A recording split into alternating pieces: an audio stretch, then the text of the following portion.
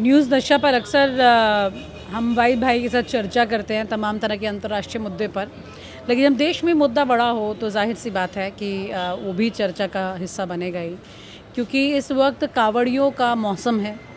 और इस पर वाहिद भाई से चर्चा इसलिए ज़रूरी है क्योंकि ये खुद यूपी के रहने वाले हैं और इतने सालों से, ज़माने से, ज़िंदगी भर से देख रहे हैं कि एक त्यौहार का माहौल होता है, तमाम तरह की चीज़ें होती हैं, लेकिन उसके बाद भी सरकार को ऐसी क्या ज़रूरत आन पड़ी है, वो इनकी नज़र से देखना समझना ज़रूरी है कि कावड़ियों के लिए जिस ढाबे में इस वक्त हम बैठे हैं, यहाँ का भी बाहर का नाम बदला हुआ है, शमीम का ढाबा है, शुद्ध शाकाहारी हो गया है।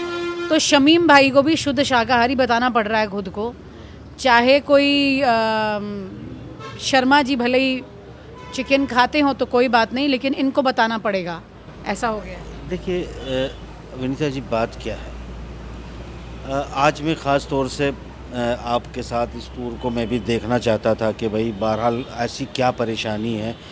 आज ये तकरीबन 40 साल से लगातार हम देख रहे हैं। पहले तो बहुत कम से कावड़िए होते थे, फिर ये बढ़ते गए और 90 के बाद जो है ये तादाद बहुत ज़्यादा बढ़ गई। तो सवाल ये उठता है, thank you, coconut water, coconut water शुद्ध शाकाहारी। शाकाहारी, थैंक यू। तो विनीता जी, बात क्या है, हम जो अभी बात कर रहे थे, आप बात कर रही थी, मैं थोड़ा सा पीछे था क्योंकि मैं भी जानना चाहता था कि ज़मीन पे सच्चाई क्या है। आप एक ढाबे में आपने एंट्री की, वहाँ कावड़ियों की बाइक खड़ी थी, वो अरशद का या किसका कुछ ढाबा उस पर लिखा हुआ था। वहाँ कावड़ियों ने आपको बोला कि जब हम हिंदू होटल पर गए यहाँ, तो वहाँ प्याज और लहसुन हमको मिले, और ये है कि यहाँ प्याज और लहसुन नहीं है तो हम तो यहीं खाएंगे। क्या फ़ायदा हुआ आपको वो नाम जो है डिस्क्राइब कराने का? क्योंकि जिन्होंने नहीं खाना है वो तो चेक कर ही लेते हैं ना, ये नाम लिखने से फ़ायदा क्या हो, यही मैं जानना चाह रही हूँ आपसे। उत्तर प्रदेश की जो इंटीग्रिटी है, ख़ास तौर से मुजफ्फरनगर, कैराना, शामली, इस पूरी बेल्ट को 2013 से भारतीय जनता पार्टी ने एपिक सेंटर बनाया है हिंदुत्व का, और ये कावड़िए तो पूरे देश में चल रहा है।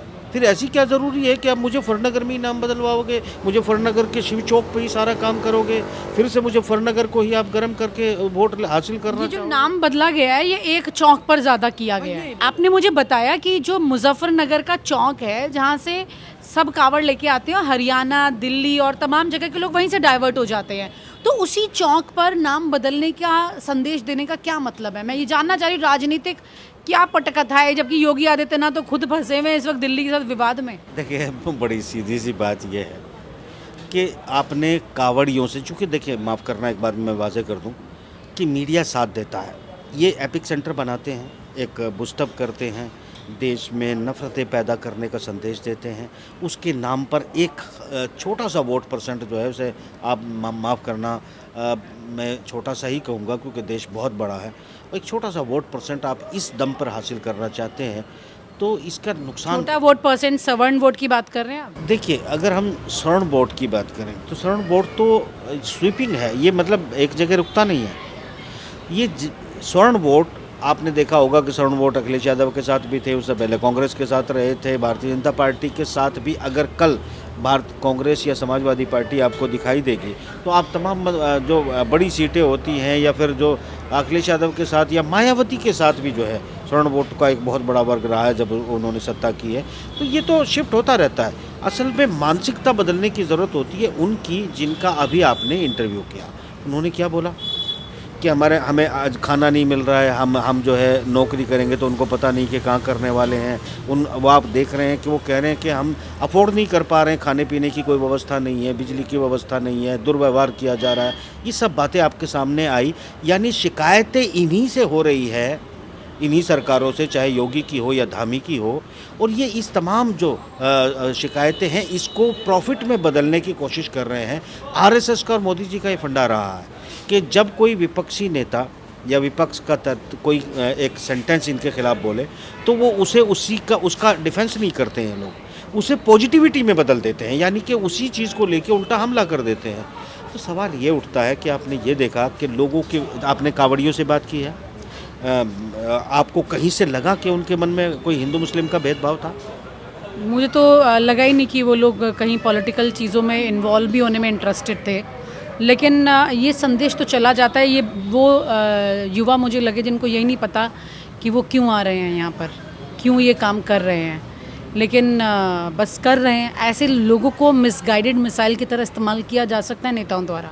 बिल्कुल, देखिए मैम विनीता जी, मैंने बहुत से प्रोग्राम किए जिसमें मैंने एक साइकोलॉजी बताने की कोशिश की है लोगों को कि जब हम दिमाग को हाईजैक करते हैं तो हम इस तरह की चीज़ों को मैनिपुलेट करते हैं जिसमें धर्म को शामिल किया जाता है। ऐसा तो नहीं है कि मैं कावड़ियों के या योगी जी और मोदी जी की बात कर रहा हूँ। सबसे ज़्यादा तो मैं मुस्लिमों के खिलाफ बोलता हूँ। मुस्लिम मुझसे नाराज़ रहते हैं इसलिए क्योंकि मैं उनके उस मैनिपुलेशन या उस पागलपन को जो वो लोग करते हैं और जिस तरह से हाईजैक करके फंसे रहते हैं, यानी वो कोई भी साइंटिफिक तर्क को मानने के बजाय किसी अनपढ़ आदमी की बात मानना शुरू कर देते हैं। तो यहाँ मेरा विरोध रहा है और एक एजुकेटेड इंडिया या एक जो स्किल्ड इंडिया या फिर हम विश्व को लीड करने की जहाँ हम बात करते हैं एक तरफ और दूसरी तरफ हम दुनिया को ये उस तरफ लेके जाते हैं, यानी उसको पब्लिसिटी देते हैं, उसको हाईलाइट बनाते हैं ताकि लोग ज़्यादा से ज़्यादा इसमें शामिल हों, एजुकेशन या रोज़गार से कट जाएं, चीज़ों को आप उधर लेके जाते हैं। ये एक अपनी ही जनता के ख़िलाफ़ मैं इसे षड्यंत्र मानता हूँ, क्योंकि ये मैं नहीं मान रहा हूँ। आपने खुद इंटरव्यू किया है लोगों का, वो लोग क्या शिकायतें कर रहे हैं, क्या चीज़ें कर रहे हैं। आपने देखा किसी ने एक ने भी आपको कहा कि हमें तो मुसलमानों से बड़ी तकलीफ़ है? किसी ने नहीं, बोला? किसी ने नहीं कहा। वो लोग कह रहे हैं कि वो हमें पानी भी पिलाते हैं, चाय पिलाते हैं, ध्यान रखते हैं, हमें कोई फ़र्क नहीं पड़ता इन सब बातों से। उनको कोई इंटरेस्ट भी नहीं है बोर्ड का नाम बदलने से। शहर का नाम बदले, अब बोर्ड पे नाम बदल दिए। सवाल यही है कि वो इसमें अभी भी कौन सा स्कोप ढूंढ रहे हैं जब अयोध्या बद्रीनाथ तक हार चुके हैं। देखिए अयोध्या बद्रीनाथ हार चुके हैं और मेरे ख्याल से केदारनाथ हारने जा रहे हैं, तो ये पहली प्री इन्फॉर्मेशन दे रहा हूँ। दूसरी बात मैं आपको ये बताना चाहता हूँ विनीता जी, अब मुझे नहीं लगता ये देश जो है, जो इस वक्त व्यवस्थाएं हैं और जो कुछ अभी चल रहा है, ये देखने के बाद और रोज़गार की स्थिति को देखने के बाद भारतीय जनता पार्टी और मीडिया, माफ़ करिए, Bharatiya Janata party plus media, चूँकि देखिए आप अभी तो ज़मीन पे है ना, क्या जो मीडिया दिखा रहा है आपको दिखाई दिया है? क्या वो नफ़रतें दिखाई दी है? क्या किसी ने कहा कि मेरा धर्म भ्रष्ट हो रहा है? क्या किसी ने कहा मैं इसे अछूत मान रहा हूँ?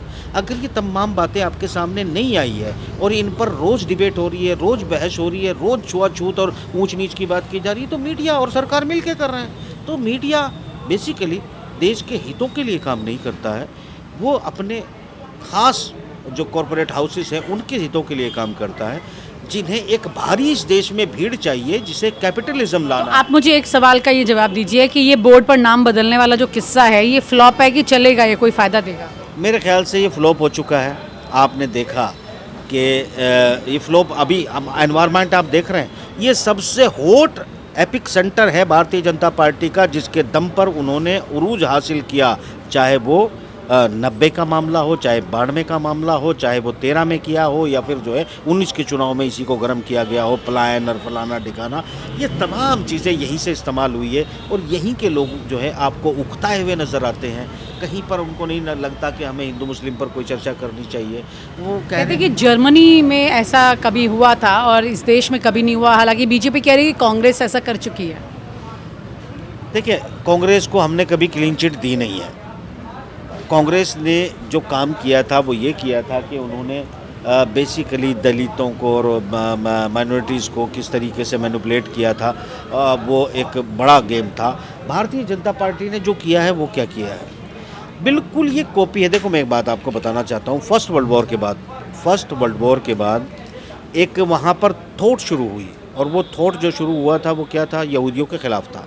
वो धीरे धीरे नफ़रत बढ़ती गई। सेकेंड वर्ल्ड वॉर जब शुरू किया गया, वो उसी बिल्डअप की गई नफ़रत का नतीजा था। जब एक जो है राजदूत को मारा गया तो उसे यहूदियों के नाम लगा दिया गया, ऑस्ट्रिया के, और उसके बाद सेकेंड वर्ल्ड वॉर शुरू हो गया। और माफ़ कीजिएगा, फर्स्ट वर्ल्ड वॉर शुरू हुआ था।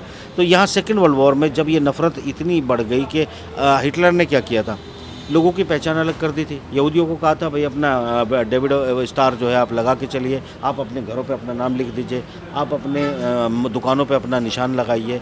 और जब वो झगड़ा हुआ था फर्स्ट वर्ल्ड वॉर वाला, तो ये मत भूलिएगा कि वो स्थिति ये थी कि तमाम यहूदियों की दुकानें तो जला दी गई थी, मगर उससे नुकसान क्या हुआ था, दरअसल अर्थव्यवस्था का मुख्य हिस्सा यहूदी थे। उन्होंने अपने फंड को, अपनी टैलेंट को राउट कर दिया फ्रांस, ब्रिटेन और दूसरे देशों की तरफ, और जर्मनी वो खाली होता चला गया।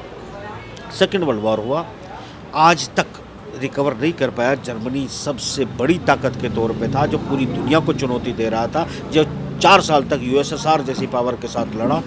मतलब ये पूरा विश्व ने मिलकर उसको हराया। मगर हराने का कारण क्या था? क्योंकि वो नाजीवाद, वो नफरतवाद, यहूदियों को, नफरत को बेसिकली दुनिया में कहीं लंबे वक्त के बाद में स्वीकार नहीं किया गया है। ताज़ा एक एग्जाम्पल देकर चलता हूँ कि नफ़रत का कारण है कि इजराइल के ख़िलाफ़ फ़लस्तीन को यूरोप के ही देश, जो उसके सबसे बड़े समर्थक थे, जिसमें जो है आयरलैंड था, जिसमें स्कॉटलैंड था, जिसमें स्पेन था, जिसमें और 7-8 देश थे जो प्रोटेक्ट करते थे, जिन्होंने जो फंडिंग भी करते थे इजराइल को, उन्होंने फ़लस्तीन को मान्यता दे दी है और इजराइल को रिजेक्ट कर दिया है। ट्रंप जैसे लोग आके रिजेक्ट कर रहे हैं। आईसीजे ने जो है इजराइल के ख़िलाफ़ कानून पास कर दिया है, अब उसको वो भुगतना पड़ेगा। यानी जो दुनिया को लीड कर रहा था, पूरी दुनिया की इकोनॉमी को हैंडल कर रहा था, जो माना जाता था कि पूरी दुनिया पे राज करने की ताकत रखता है, वो अपनी ज़मीन नहीं बचा पाएगा। ये नफ़रत से उसने हासिल किया है। अगर इन तमाम बातों से हम सबक ले लें तो आगे के लिए अच्छा होगा। बिल्कुल सबक लेना चाहिए, और शायद यहाँ पर शुरुआत हो भी गई है। ऐसी राजनीति का पतन दिखने भी लगा है जो कि नफ़रत के आधार पर अपने आप को ज़िंदा रखना चाहती है। खैर, अभी लगता है कि तस्वीर और खुल के सामने आना बाकी है। Thank you. और आप हमसे जुड़े रहने के लिए सब्सक्राइब करें YouTube पर, फॉलो करें Twitter पर और लाइक करें Facebook पर। और ज्यादा जानकारी के लिए आपको टाइप करना होगा सिर्फ न्यूज़ नशा।